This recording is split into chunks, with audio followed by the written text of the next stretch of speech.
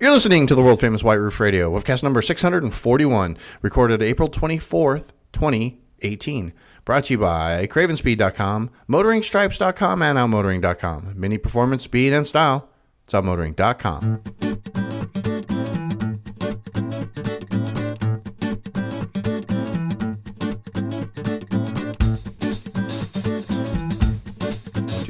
Hey everybody, it's DB in Arizona with a brand new episode of the world famous White Roof Radio.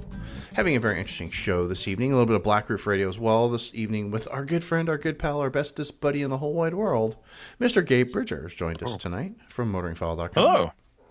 Hello. How goes it? It goes well. Nice to have you on the show. It's been nice having you on the show on a more regular basis of late. It's very exciting. Semi-regular. Semi-regular, exactly. I like that. It makes me happy. We don't have Chad because all you guys, I'm sure you follow Chad on the internets. If you don't, you should. Chad's been busy prepping the Detroit Tuned Mule for the Dragon, which I think is just in a couple of weeks. So he's, super busy with that. Brian's currently traveling, and I'm pretty sure Todd has got Ebola. Actually, no, I think if I recall correctly, Todd got a head transplant. Yes. And it and it didn't take. So well, because the new head didn't like gin. The new head was a tequila drinker. Yeah. Well, I think it was also too small. It's a little bit like that Beetlejuice thing. And so they once they got it on, they're like, this isn't right. Yeah. So that's not really Todd didn't really get a head transplant or have Ebola, but he is very much under the weather, and Todd's actually going to probably end up missing a couple of shows, and that's totally okay. But good thoughts to him as always. I'm sure he's listening, brother. Hope you'll better soon. He's hanging in there. I think he's going to be fine. Just to clarify, nothing to really worry about. But at the same time, I'm sure he would appreciate some good vibes. Yes. Very much so. At the very least, take away the pain. Or if anybody's got a good cocktail to mix up that helps take away the pain, that's not just gin and Vicodin, he'd probably be appreciative of that as well. Oof. Oh, jeez. Sorry. I'm sorry. Shivers. That's just bad. But we're not going to talk about Todd's current illness. We're going to somehow, by hook or by crook tonight, we are going to talk about Mini Cooper stuff. If you're listening to Black Roof Radio, Gabe and I were kind of drooling on this really keen R50. It's the one that's in this image for this week's show. And we say keen in quotes. And we're going to talk more about the R50, I think, a little bit later. We're going to talk about stuff from Motoringfile.com, of course, including 3D printing, because we've got some interesting things on that, and I wanted to talk about, too. And Gabe might even tell us more about the 2019 Rolls-Royce that he got to drive while he was in Palm Springs. Yes. That just looks epic. So yeah, we're gonna have to talk about that tonight too. And you will hear about the one common part. Oh, that's right, because you didn't share that with us last time. My Rolls-Royce Mini. Yeah, the one common part. That'll be awesome. We're gonna do all that here in just a minute. Before we do, let's take a minute. Let's say thank you to the fine sponsors here underneath the white roof. Starting off with our friends over at Outmotoring, OutMotoring.com. We love these guys. You love these guys. Come on, don't lie. Don't lie. I know you love OutMotoring.com. Everybody loves OutMotoring.com. If you're going to the Dragon, you're probably going to encounter OutMotoring.com stuff while you're down there. If you need stuff for your Mini, you're going to order it from OutMotoring.com. It doesn't matter if you're ordering replacement factory parts, if you're looking for go fast parts, looking for cool interior bits. You need stuff for your person before the Dragon, before a Mini takes the States, before Southwest Mini Fest. You want to go over to OutMotoring.com. Because it's actually better than going to your parts desk, because he has a better selection of things for your person: the hats, the shoes, the watches, all the things. Not only that, but he has all the factory parts that you want. So you want to do the oil change kit. You lost a body piece. You need just those weird fiddly clips that break all the time. Aaron will sell you a bag of those, no problem at all. You need custom wheels. Bag of clips. You need custom wheels. Aaron's got you covered. You need factory wheels. Don't know why, but you need factory wheels for your Mini. Hey, you know what? Aaron's got them. They survive potholes. They do. Some of the factory wheels are amazing. As laughed about as those 5 stars were on the R50, that was a great wheel. Yeah, the 5 stars, they were solid. I am a big fan of the bridge spokes. Everybody forgets the bridge spokes. Bridge spokes were always nice too.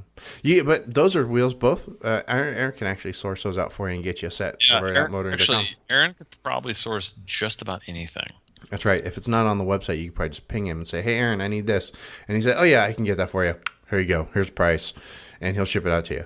And he'll ship it to you. If you're spending more than $195, most of those orders are free when you ship. They're not free. You have to pay for them, but the shipping is free, which is really cool. Don't forget to, this is one of the things that we really like about Out Motoring, the mini club support, right? If you have a mini club and you just want stuff to like give out at your next rally, you can hit up Aaron and he'll send you out gift certificates or t-shirts or, stuff out of a swag closet, like cool little trinkets for giving away. He gives that to you. Here, this is my contribution to the community. I want the clubs to be successful and have fun. Boom. There you go. Yeah. So, and I've got to like second that. That Aaron and Out Motoring, they have been big supporters of, I know, the Chicago Mini Club and other clubs. Southern California Mini Maniacs, nobody else, all of them. Yeah, nobody else will even touch them. Right. And I think the other thing that's really important is that, this is a small company. This isn't a giant company backed by, tons of funding. This is a small company, and I think it's important to support the small mini companies out there that are trying to serve the community. It's literally Aaron, his wife, and the rest of his family, and like another person that he's hired to work the web orders or something that do all this work for us. It's really, really awesome. You should try to support them as much as you can. Also, when you're over at outmotoring.com, don't forget to the newsletter sign up. You guys should have already be signed up for this at this point because I've been talking about it for, I don't know, ever. But if you're not, just enter your email address and that'll put you on the newsletter sign up. The nice thing about the newsletter is you get your own 5% discount code every time one comes out for the month. So that way you're not only are you saving 5% on your order, which is really cool, but if you also spend $195, you're going to get free shipping. So it's like win-win. Why go anywhere else? Right? Right. Agreed. Exactly. So changing the topic slightly, do you know what you don't do when you eat a ton of jalapenos? You don't touch anything on your you don't touch your eye. You don't touch your eye, and you don't touch your junk. You don't touch your left eye. You don't touch your left eye specifically. Yeah, don't do any of that. So, clearly that's not happening to me right now. I'm not shedding tears as we speak. Oh, okay. Well, thanks for that tip. Anyway, I want you guys to go check out Outmotoring. Outmotoring.com. Mini performance, speed, and R84 16-inch V-spoke wheels and cap in white. That's outmotoring.com. The white ones are the ones you never saw. And the only time you ever saw the white ones were on the, not the Indy Blue, the other blue, which I can't remember the name of. Help me out. Electric blue. I only saw the V-spokes, the white V-spokes on electric blue with a white top. And, oh, man, that always looked nice. You know what I still think that I should have patented wheel tear-offs. Oh, my God. Yes. That was a long time ago. Like the visor tear-off, yes, or even the windshield tear-off in some forms of racing, where it's like they basically put on clear plastic. There's like 5 or 10 layers, and they just peel them off. Layers, and then you peel one off. It gets dirty. You peel it off. You see that sometimes, like when you're watching race cars, and you'll see like the lens, they spin around. But now they used to actually have like a little mechanical arm that would peel off a layer when they couldn't see out the lens, and then they also have them on the visors. But we talked about that. I don't know, way back in like Woofcast 80 or something. Tear-offs. Yeah. Tear-offs, man. Just I could have some place install a 10-pack for you. Yeah. Just after a couple of weeks, just peel them off. Man, that would have been so awesome. I've lived the white wheel struggle, and I mean, granted, it was with some Sparcos. It wasn't with factory wheels, but still, it was rough. I had S-lights. I had white S-lights on my first Mini. I forgot about those. Whew, yeah, that was rough. Let me tell you. Anyway, go check out outmotoring.com. And done. Gabe, what would you like to talk about tonight? I'm going to put some news music in. There. Let's do it. Let's just jump right in, and let's just jump right into the Mini Cooper podcast, full force with both feet, and talk about the 2019 Rolls-Royce Phantom. So, the Rolls-Royce Phantom, it's a car that is designed and engineered by BMW, which designs and engineers Minis as well. So, kind of interesting, right? I mean, in a sense, it's like as far as BMW can take a car for the general marketplace from an expense standpoint, and Mini is on the other end of that spectrum, as inexpensive and of course, fun and interesting and Sure. engaging, etc., as BMW can make a car. So completely different, no commonalities, right? Well, generally speaking, that's true. If you've read the review, there's a lot there, and then I unpack a lot of the experience that you have with the Rolls-Royce. But this is a car that there's going to be interface similarities between the Mini and the Rolls-Royce in terms of the iDrive and the way the stalks work. But like in principle, but beyond that, nothing else. Every single thing in the Rolls-Royce that is shiny is metal. Right. Everything that is not is wood or leather. Nice. So there's just a different level of material, of design, of execution, of thoughtfulness, and I say that not because many designers aren't thoughtful. It's just that they don't always have the budgets or the ability with the price of the car to sort of fulfill their thought. The Mini sells out for $30,000. The Rolls Royce, however, sells out for closer to $200,000. So they get $500,000 with any 500 base price is around $420,000, which is kind of hilarious. Now, Gabe, before you go on and on, like I'm reading the post at Motoringfile, with the Rolls Royce, since BMW's taken them over, they're still hand built, are they not? They are. They're hand built in Goodwood. Yep. Okay. That is, of course, in England. Now, for Mini fans, some of you are like your eyebrows now. Yeah. Goodwood, right? Right. So you're like, wait a second, I've heard that name Goodwood. Well, if you rewind about 4 or 5 years, Mini produced a car that was called Mini, inspired by Goodwood, if I recall correctly. Yes, it was. We shortened it to the Goodwood Mini, and that was the one that was super uber fancy. So that car was designed partially, it was like, in today's terms, it was a collaboration. What BMW decided, so it was a collaboration between Rolls-Royce and Mini. So after the car was designed and done, written on, like signed off on everything, BMW decided, hey, you know what? We don't want to sully the Rolls-Royce name and attach it to a Mini.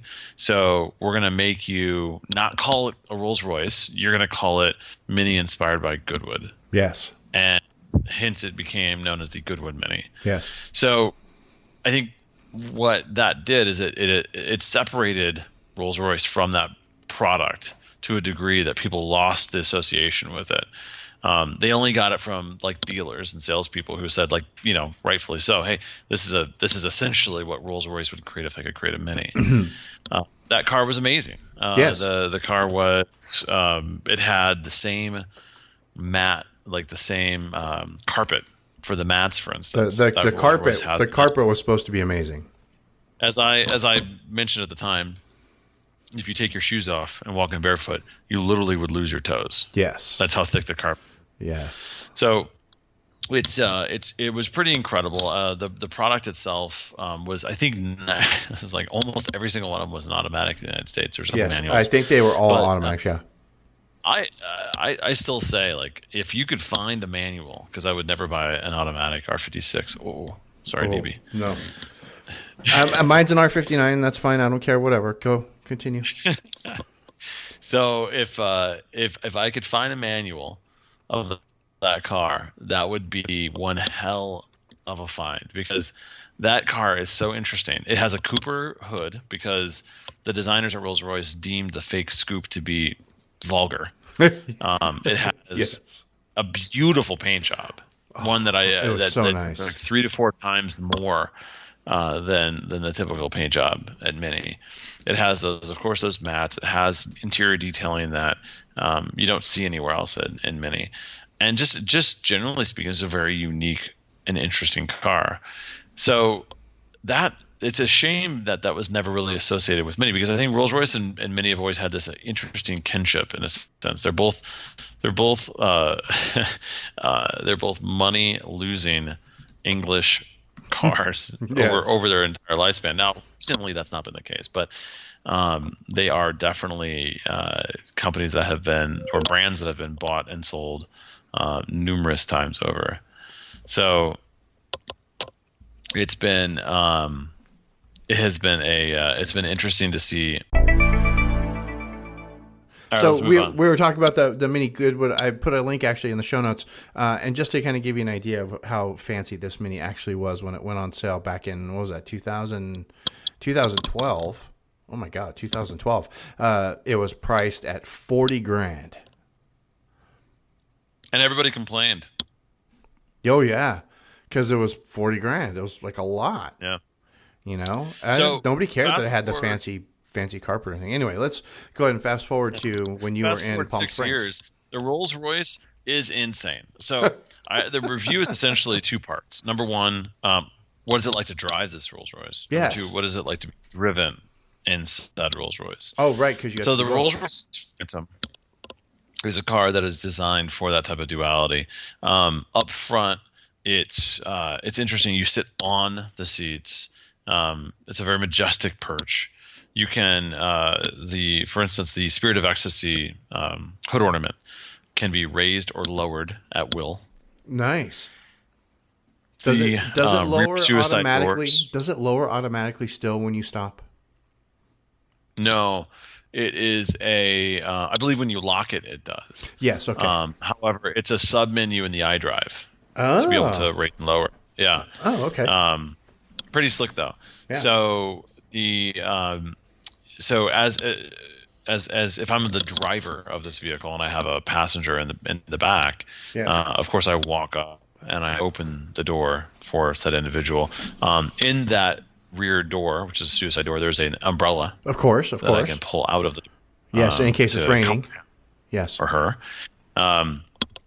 As that gentleman or lady would then slip into the back seat, they would actually be able to just touch a button which closes the door in the back. Oh, so they don't have to actually, like an animal, close the door themselves. Exactly. They don't have to, like an animal, touch a door handle. They can just touch a button. They just touch a which button. is a small button in the top of the C pillar. It is a button that is not that different than some buttons in Minis. Yeah. In terms of the actual button. But there it is. So the driver, interestingly, also has 2 buttons on the left side, sort of hidden underneath the dash, Okay. which allow you to open and close both rear doors as well. So there's a lot of hidden little things in the car that speak to the kind of complexity of the driver's job, and of course the sort of like opulence that the rear passengers might want. Oh, nice. The rear, what's interesting is you look at the car and you look at the photos I have over at Bimmerfile and Motoringfile. It doesn't look like it's that giant until you see it next to like a 7 Series and you realize the 7 Series looks like a Civic. Really? The rear doors don't look that giant either, but because they're suicide doors, they open from the back. Yes. What they're doing is they're sort of hiding a good deal of the seat behind where they actually open up. So you slide into them. So it's a fascinating car. It's a twin turbo V12. It is 5,650 pounds. Oh God. That is 1,500 pounds heavier than a long wheelbase 7 Series, and that is. And that car's a beast. Right. That's almost. I mean, that's over 2 Minis. Jeez, that's huge. That's how big this vehicle is. But that's what weight costs. I mean, the stuff like that costs in weight, right? So when you get into this thing and you start it up and you're sitting in, the windows are rolled up and the air conditioning's on, you hear nothing from the outside. Well, and that's the thing. That's really the secret here, and a lot of the review talks about that. This is a car that makes the outside world irrelevant. Right. It simply disappears. Yeah. So the transmission, which is an 8-speed ZF, same as a lot of BMWs, is so quiet that it almost feels like a CVT. Yeah. There's no perceivable gear change really. Yeah. There's just the suspension is so perfectly judged. You don't feel anything. This is the antithesis of a Mini in a lot of respects. Yeah. Which is I find so interesting. So not to go into too many details, and I know everybody's ready to hear what is the one common part. Well, if you read the review, you'd actually know. But if you didn't, of course you will go read it. But I'll tell you anyway. It's linked up in the show notes. is what do you call it? The essentially the auxiliary power outlet. Okay. The blanking plate, the little thing used to call it a cigarette lighter. It's not a cigarette lighter anymore. Yes. That little blanking plate that goes in there. There's only one difference between the Minis and the Rolls-Royce. And what is it? The Rolls-Royce is translucent plastic. Minis is, of course, black plastic. Black plastic. Well, that's so good. there you go. So the blanking plate for the power outlet is a shared component between the Rolls-Royce and the Mini Technically, it's Cooper. not a shared part, but it is identical, except for Okay. essentially. So I could technically roll into the Rolls-Royce, go up to the Rolls-Royce parts desk, wearing an ascot and a tweed flat cap, and say, "Good chap, I need the blanking plate for a Rolls-Royce," and they would sell me one. Probably cost like I don't know, $150, and then I could install that into my Mini and have a clear one in my Mini. That's right. Wow. And if I were one of those journalists that was less than honest, you just would have stole it. I'd just take it. I just would have swiped it. Yeah, but you like to be on good terms with the BMW people, so. I didn't do that, nor would I ever. But yes. So there you go. It's a truly, truly incredible car. It is a car that, and I think this is kind of the ultimate test. I'm somebody who is, I only drive manuals until this past club in JCW. I've never had an automatic. I'm pretty hardcore, like old school with that stuff. And yet this car blew me away. In a way that I never would have expected. I mean, it was really incredible to experience. So Gabe, you're saying that you would use 2019 Rolls-Royce Phantom to make the school run, to make a run up to the lake house, to go to the shops. No, you would use it for all those things. I would not. Okay. I would not. I can't even imagine a scenario where it plays a part in my life, but I think it's a guilty pleasure if I want to think about it for a split second. The notion of being driven by somebody like to my office, for instance. There's no better car for the kind of money that they get for this car, almost for almost $500,000 when you get it kitted and painted the color that you want and all that. Does it come with a cap for the driver? That is a good question. Because for $500,000, any good Rolls Royce salesman would make that happen, or at the very least, could point you in the direction of a fine haberdasher nearby. Yes, that's right. Right, and there's going to be one associated with the dealer. There's going to be one associated with the dealer. Come on, man. Yeah. Go get, because you use a car like this to go get fitted for an Italian suit, right? Not to go to Men's Warehouse. Absolutely. No. You're having a suit. You're not getting anything off the rack when you drive a car like this. You've got your clothes custom made. You have a tailor. Yeah, you have a tailor. Absolutely. Yeah, and you get to do that really cool thing where you're standing up and they're marking your pants, and you go, "Hey, fellas, can you give us a second?" And then everybody leaves so you can have like a private meeting with your guys, right? Drinking brown booze. See, that's the life right there. Just need a more Rolls Royce to kickstart that whole process. Love it. Yeah. Or something. Thank you, Gabe, for that. Very nice. What else we got on Motoringfile this week? I'm a little bit behind. I'm having a week. Everybody's having kind of a week. I can tell you right now what blew up on the Facebook was the Mini winning the Qatar cross. And it was only thing is because it's that really awesome picture of the countryman jumping through the sand. Yeah. So that blew up on the Facebook this week. There's a couple things here that I think are pretty interesting. The big one, I guess with 35 comments on Motoringfile was the rumor that BMW is delaying the 4th generation Mini due to a strategy change and strategy sort of leaning on electric vehicles rather than petrol powered. So big shift there. I think that is a story that's going to develop and we'll hear a lot more of in the days, months, and even years ahead. Right. But if true, which I believe it is, it means what we have right now, the F-Series Minis are going to stick around for not the normal 7 years, but potentially 9, maybe even longer.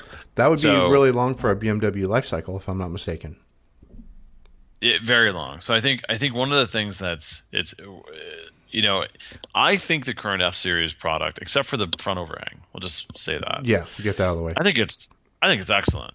I think that in 2018, it's a solid Mini. Yep. Are there things that I'd love to see improved? Sure, of course. I mean, I've never not said that about a Mini, but it's excellent, and I think it feels like a Mini, but more importantly, it's built so much better than before. Right.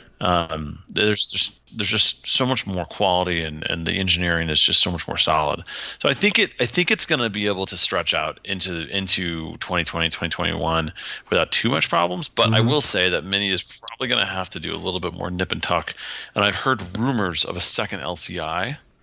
Okay. Which is, of course, Mini/BMW speak for refresh. So potentially another refresh to the cars. Maybe they'll do something about that front overhang as well. Yeah, I wonder about that. I don't know if they're going to be able to decrease it, but they'll be able to change the design maybe. Yeah, make it look so it's not quite so protruding. Because everybody that I talk to, I'm not kidding, everybody that I talk to about Minis anymore, they go, "Oh, I hate the new one." And the new one now is 4 years old, but that's the first word out of the mouth is they can't stand the front end.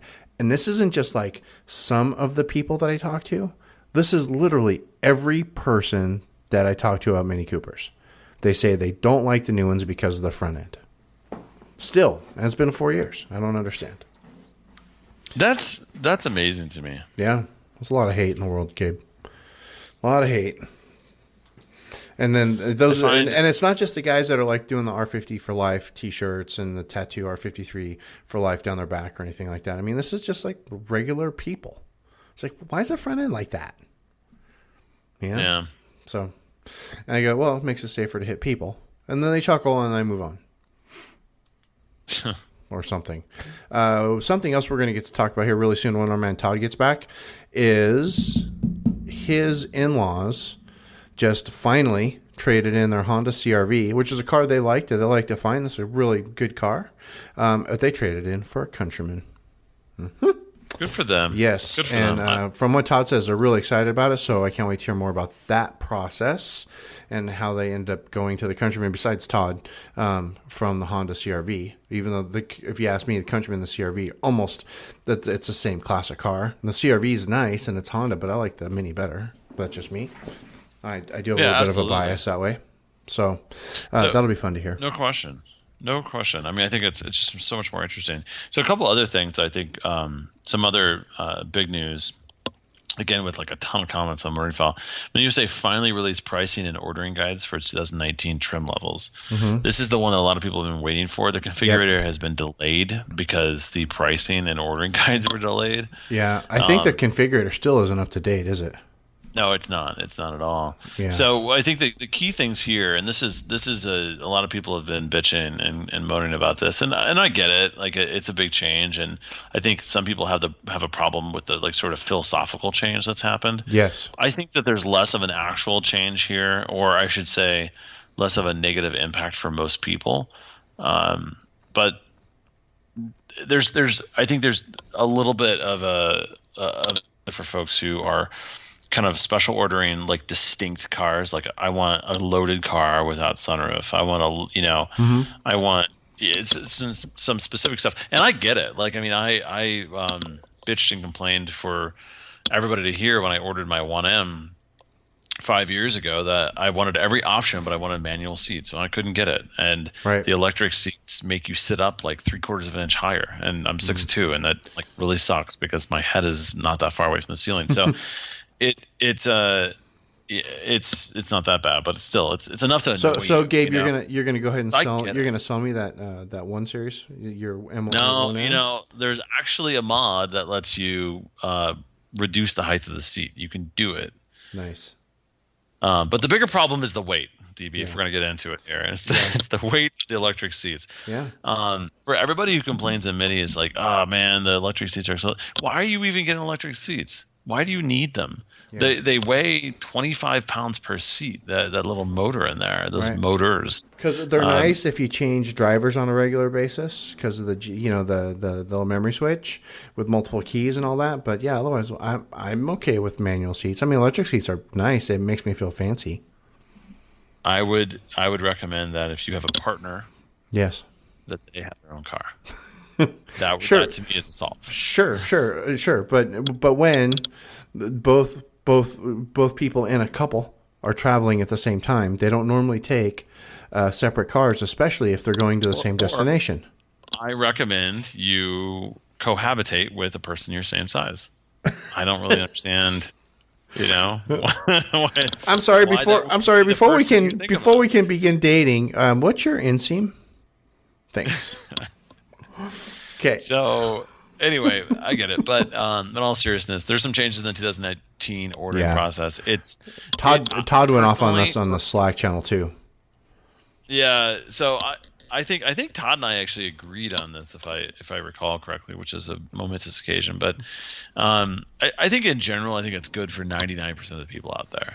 And I think that's what Mini has to do. Listen, they need to sell cars. They need to boost profits. They need to be successful. Yeah. And I think the other thing is, what's great to me is that most people are going to get more for their money. They're going to literally get more options. Right. I think that where his concern was, is that you can delete individual items, but it doesn't save you money. So if you get rid of a sunroof, right, it's not going to save you $1,000. Yeah, you're still paying whatever the package the sunroof comes in. You're still paying for that package. They're just not going to put the sunroof in your car. Yeah. Now I think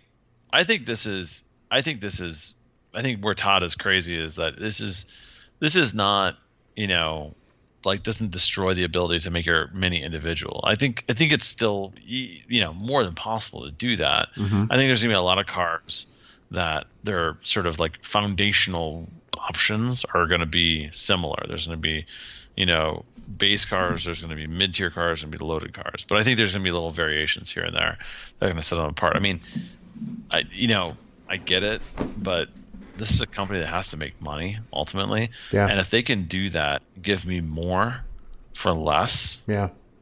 I'm not against that.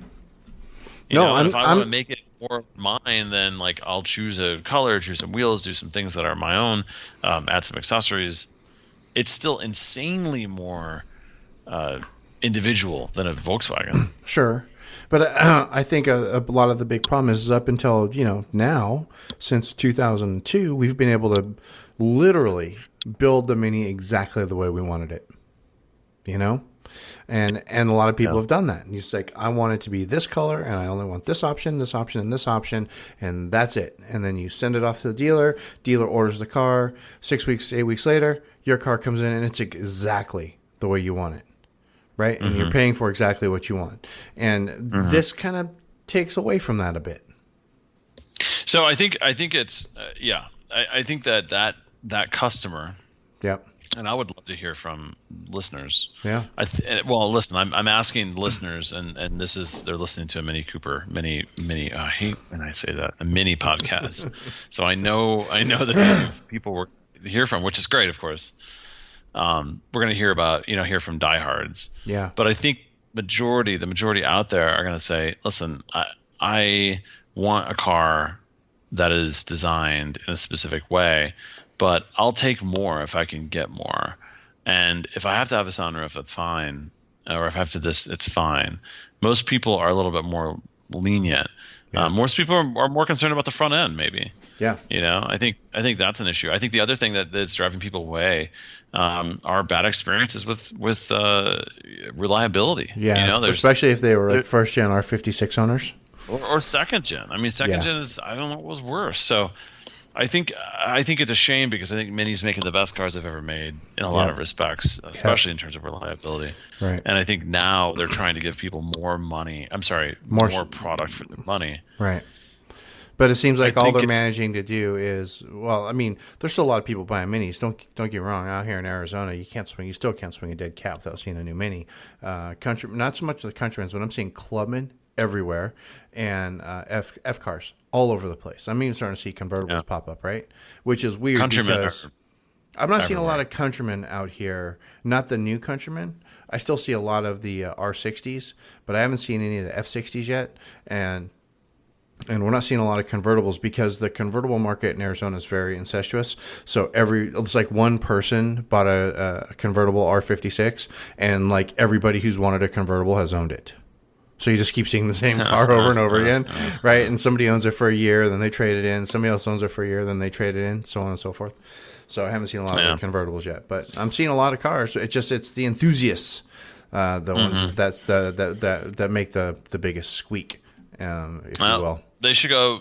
They should go try new Mini. I think they'll be surprised. Yeah. I say they. I mean, I'm sure many of they have already tried new Minis, but I think there's some good cars out there. I think there's some interesting products. I think the Clubman is obviously, I've always talked about that, and Todd makes fun of me. I think it's I make more fun of you than Todd does. And listen, yeah, I can get an all-wheel drive wagon with a manual transmission. Think about it. Yeah. Are you kidding me? Yeah. You know, with 230 horsepower and 260 foot-pound of torque, that's pretty cool. Yeah. And I think that somehow people are missing that. And I know I'm speaking to, well, I don't know who I'm speaking to, because I mean, there's plenty of people that are probably not buying Clubman, but in a lot of ways, like that's a unicorn that many car enthusiasts like pine over. Like, oh, I wish BMW, Audi still made this. I wish, that still existed. No, well, the only people that pine over a manual transmission equipped wagon are automotive journalists. Come on, Gabe. That may be true. Yeah. So I am gonna move on out of respect for our time here. Yes. The couple things: Mini and BMW are investing big in 3D printing of parts. That includes 3D printing of parts in local distribution centers throughout the world. Keep this in mind. That will happen. That will happen in the next 5 years, and you will see runs of parts that you thought were gone forever. Nice. So, for instance, some R50 part that you can't find anymore, yeah. I guarantee you BMW is going to make it again at some point. It's going to happen. Nice.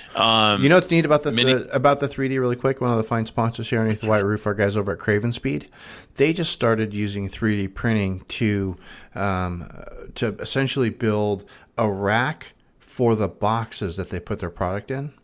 So like a shift knob, for example, they've 3D printed out. So it looks like like model parts. So the shift knob goes in there, and the hardware that goes in there, and it solves a special spot in this 3D printed rack that fits exactly in the box, holds everything in place while it's being shipped. Very, very cool stuff. I love technology. I love 3D printing. Yes. So elsewhere, Mini sales hit a record for the first quarter of 2018. So Mini USA sales are down, but the rest of the world could give a shoot.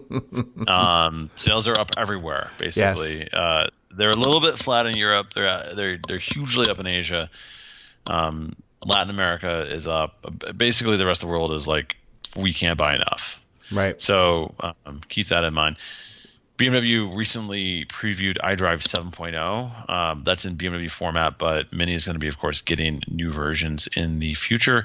The one I'm gonna just make this a note, because I just had a X3 M40i for the past week with CarPlay. CarPlay still sucks. I love Apple products.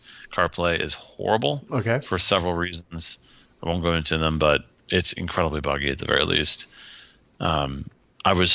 It was cathartic when I just simply like, you know what? I'm going to switch it off, and I'm just going to use iDrive. That's really sad, because I've used iDrive but I've used Apple CarPlay in Chevrolet products, and I keep talking about this as often as Gabe talks about how bad it is in the BMW and the Mini. I keep coming back and saying how I think it is actually a delight to use in the Chevrolet cars. Because it's so dramatically better than what Chevrolet provides. Well, yeah. Like their digital interface is horrible. It does what I want to. I plug my phone in, and I say, hey, Siri, I need to go to Target. And Siri goes, oh, I found a Target 3 miles away. You want to go to that one? I say, yeah, perfect. Yeah, hey, Siri, play me some level 42. And that's what it does. Now, hang on. I woke up Siri on my phone. Sorry. You're stuck with Apple Maps. You're stuck with horrible traffic data. You're stuck with a ridiculous 3D interface, which isn't 3D at all. It doesn't actually resemble a 3D interface that any other car has. Apple, I mean, it's so fundamentally broken that what Apple has done with their 3D interface for maps, for instance, in CarPlay, is they've designed the 3D interface at an angle that suits walking, not driving.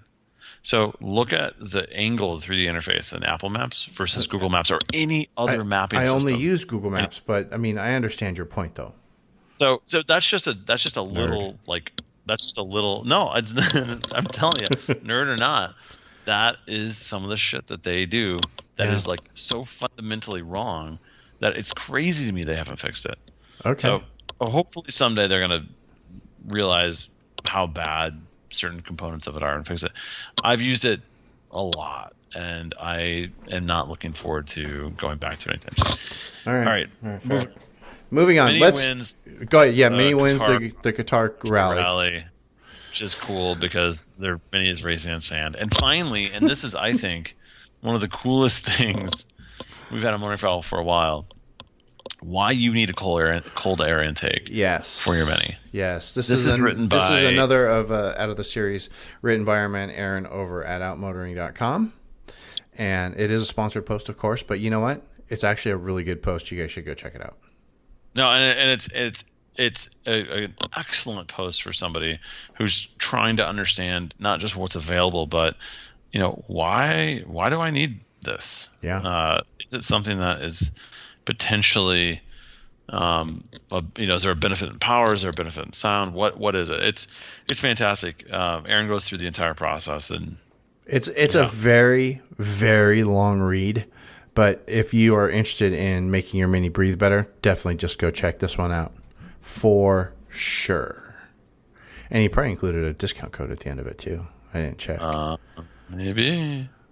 Yeah, what do you know? You might have to read it. Go check that out too. Yeah, we like that Aaron's posting at motoringfile.com now, even though it's sponsored, but we still like it because his stories are good. Yeah, they don't read like ads, I say it's great. Obviously, I own Motoringfile, but that's not the reason why. Because I literally enjoy when he sends them over, and we throw them into the queue to be posted. It's as soon as I get them, I read them because they're just fascinating pieces of insight. Mm-hmm. They really are. Awesome. So ends news from motoringfile.com. Gabe, we talk about one of the other sponsors here at the White Roof, and then we wax poetic about minis of the past for a few minutes, and then we'd be done. What do you say? Let's do it.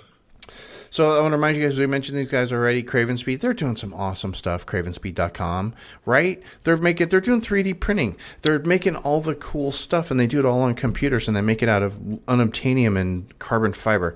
It's amazing products that these guys make, and amazing stuff for your Mini. Not only amazing stuff for your Mini, but amazing stuff for other cars as well. Fiat 124 shift knob, sure, why not? A lot of Fiat parts, a lot of Miata parts. Parts for Toyota pickup trucks? Not kidding, guys. If you have a Mini in your driveway and you have another car in your driveway, go over to Craven Speed, click the Browse by Make link, and look at all the makes of things that they've got. Some of the cars, it might just be the stubby antenna, because stubby antenna will work on almost any car. But other cars, like you get into the Miata, for example, the MX-5, they actually have a short shift kit for it now. And if you have an MX-5 in your driveway, you owe it to yourself, especially if you're doing autocross with that car, like you should be doing. Otherwise, why do you have an MX-5 in your driveway? You owe it to yourself to put the short shift kit in. If you have a Mini, R50, R56, R53, you owe it to yourself to put the short shift kit in your car. That's all I'm saying. You really need to do that. If you live in a state where you have to have a license plate on the front of your car, don't drill into your bumper. Tell the dealer not to drill into your bumper. Don't be an animal. Craven Speed sells you a mount called the platypus mount that actually fits and makes it looks good, and it doesn't drill holes in your bumper. Yeah, I did this with my 1M, and I got to tell you, it's essential. I mean, you don't want to put a hole in your front bumper. No, you really don't. And this puts the license plate a little bit off center. It looks better. It's a better placement for your license plate. And when you live in one of those states where you have to have that, just do that. If you have a R50, R53, R56 Mini Cooper, if you have a Scion FRS, do you have a Subaru BRZ? Do you have a Toyota 86? all these cars, are you tired of having that crappy factory dipstick? You don't want that. That thing's a pile of junk. No one wants that. Nobody wants that anymore. If you still have to check the oil in your car, stop using that crappy factory dipstick. They've never been good. Ever. My 65 El Camino had the worst dipstick on the planet.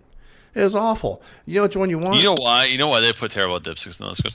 Because they just assume nobody's going to ever check the oil. Exactly. But they're horrible.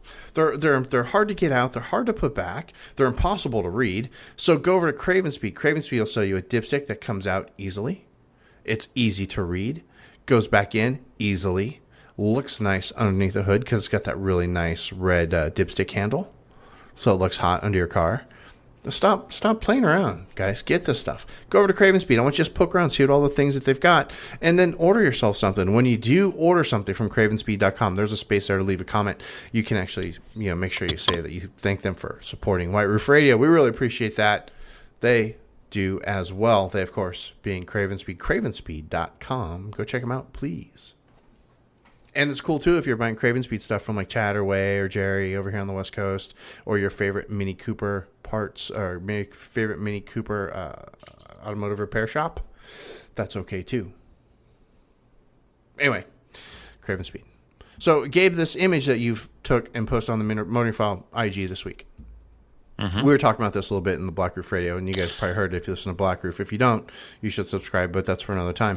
And it got me thinking. It's like every time I see an R50 out in the wild, which I see them on occasion, and sometimes they're a little bit beat up, sometimes they're a little bit dirty, sometimes they're just right out of the car wash and they look really clean. It always just makes me, I miss my R50 that much more every time.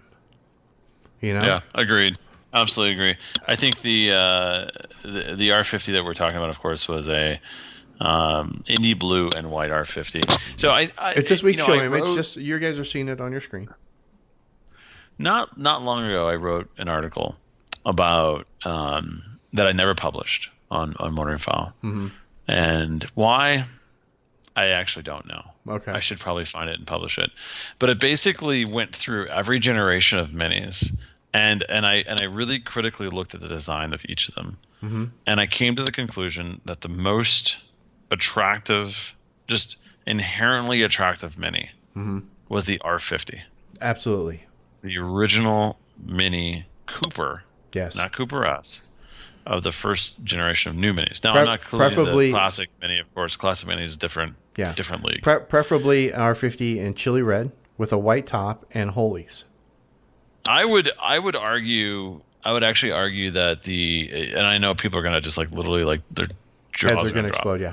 I would argue that an R50 with S lights is the coolest looking. They may be 87 pounds a piece. I don't care. The 17-inch wheels in that car and that design, and I've always loved that design. It's very simple, but it's reminiscent of all right. the classic S lights, but it has some really interesting like little minor like design details that I think a lot of people just overlook because they see them everywhere. Right. It's such a just right.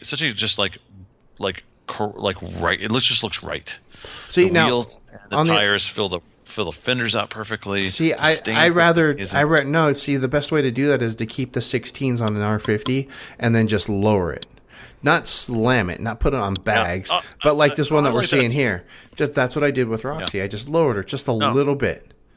Yeah, no, I like that too. I guess I'm just saying, like, if I were to like quintessential R50, that would be the one for me. Okay, all right. Indy blue, by the way. Of course, Indy blue, white. Yeah, because it's just that's what you have car. to do. It's a classic car, or of course you can't go wrong with chili red, but white top, mandatory. It's interesting because there was this Cooper S 2005 that this woman owned. I kept on seeing kind of in the neighborhood, and it was in great condition. And I kept on wanting to just like, God, I gotta leave a note and just say, if you ever want to sell this car, and you know what I saw last week? What'd you see? It was replaced by a Countryman. Really? And that poor R53 is gone to God knows where now. Wow. Okay. And it sort of underscores like these cars, they're not becoming rare, but the good ones are becoming a little bit more hard to find. Okay. Yeah, on occasion, and I see these show up on my internet sometimes, is you'll find somebody who's got a garage find. Some grandma passed away, and her husband had a 2005 R53 or an R50, and it's just been sitting in the garage and it has 18,000 miles on it. You know, the tires are completely rotted out by now, but those cars are still around there, and there's still some to be found for less than 100,000 miles as well. So they're out there. They're out there. Gabe and I both agree that if you're going to buy an R50 or an R53, the only one to get, however, is at least a 2005. Agreed. At least. Don't even bother. Anything before that, and I know. Oop, Gabe, where'd you go? Gabe was talking, then he dropped. Hi. Oh, there you are. Anyway, you were saying? I know there's a lot of people with arms in the air right now when we say this, but listen. We speak from experience, people. The refresh, and there's an article in Motoringfile. If you go to the depths of Motoringfile, you'll find it. I'm going to see if I can the details, the changes of the 2005 refresh. The amount of changes that they made was incredible. The fact that and keep in mind, that car was only around. This is shocking to me in retrospect. They only made that car for 5 years. Right. Oh, that's right. They did. The reason why they only made it for 5 years, which is an insanely short model run for a BMW product, is because, as everybody knows, BMW was losing money on every single car sold. It doesn't mean that it was like high quality. Like, let's be honest, the R50, R53. No. Weren't of high quality. They're great cars. They're better quality than maybe classic minis, but they weren't like made out of stone.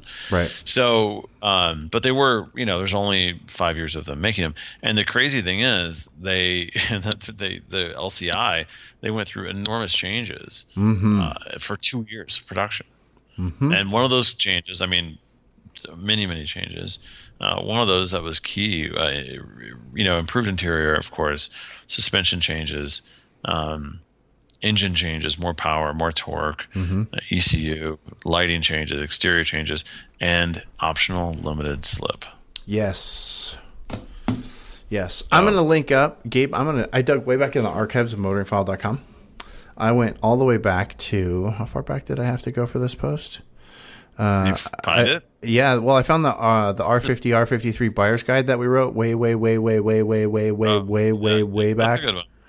So I'm going to go and post that up because that's a good place to start. Actually, we did that in 2008.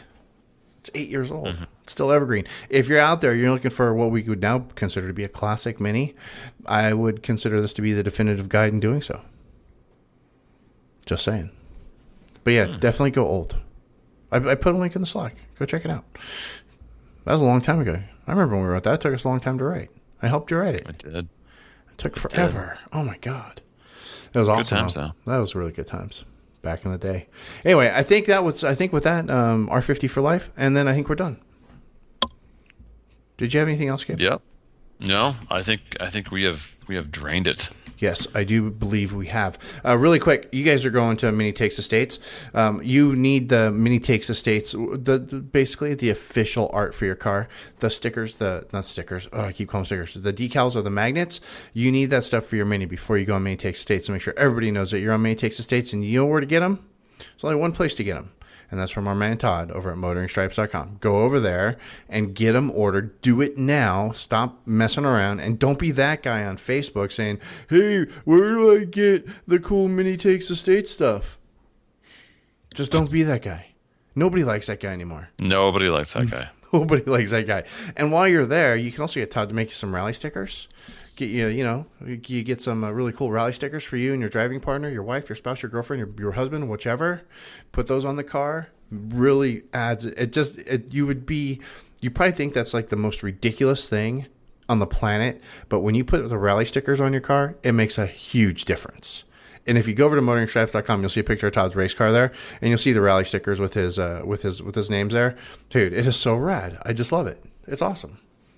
Go get your motoring gear Mini Takes Estate stuff now. Motoringstripes.com. Don't forget. Also, if you want the air conditioning to work in your Mini and you live west of the Rockies and you have a sunroof, I've got the best trick for you of all time. We're gonna tell you how to get the White Roof Radio Sunroof Delete Kit. You go over to motoringstripes.com. You use the contact form and you send Todd a message saying, hey, I have a 2007 Mini Cooper with a sunroof, and I've got a white roof, and I want my sunroof to be white. And Todd will, for $100, he will send you out the vinyl for you to do that and install it and put it on. It takes a few minutes, and it actually makes your air conditioning work. Like I said, if you live west of the Rockies, I highly recommend it. I've had it on every car I had with a sunroof, and it was amazing. Which has actually only been one car I had with the sunroof. But I had that car for like 13 years, so I guess that counts for something. That counts for something. Yeah. It's like 18 cars. That's like 18 cars for normal people. And, my car now, of course, I'm not going to put the White Roof Radio Sunroof Delete Kit on it because it doesn't have a roof. So that would just be silly. There it is. Because I have the Roadster. Anyway, go over there, motoringstripes.com, because, blank is boring. Anyway, Gabe, I'm done now. I am thoroughly spent. I feel like we have hit upon many a topic. I agree. And I feel like we left nothing on the table. We probably left some things on the table. Let's be honest. Well, I have a can of cider here that's been left on the table. There you go. So, yeah, dry cider. Gabe, and then there's our show title. Gabe left cider on the table. I'm just going to write that down right now before I forget, because this is really fine podcast audio right here. Anyway, guys, we are done for the week. You know what to do. This is the part. If you like what we do, what I want you guys to do is make sure you're following us. You can stay following us on Facebook. That's great. But in my brain, Facebook is slowing down. It's going away. And I think in your brain, it's doing the same. I don't think you guys are using Facebook quite as much as you used to. What you want to do is you want to make sure you're following us on the Twitter. We're White Roof Radio on Twitter. We're also White Roof Radio on Instagram.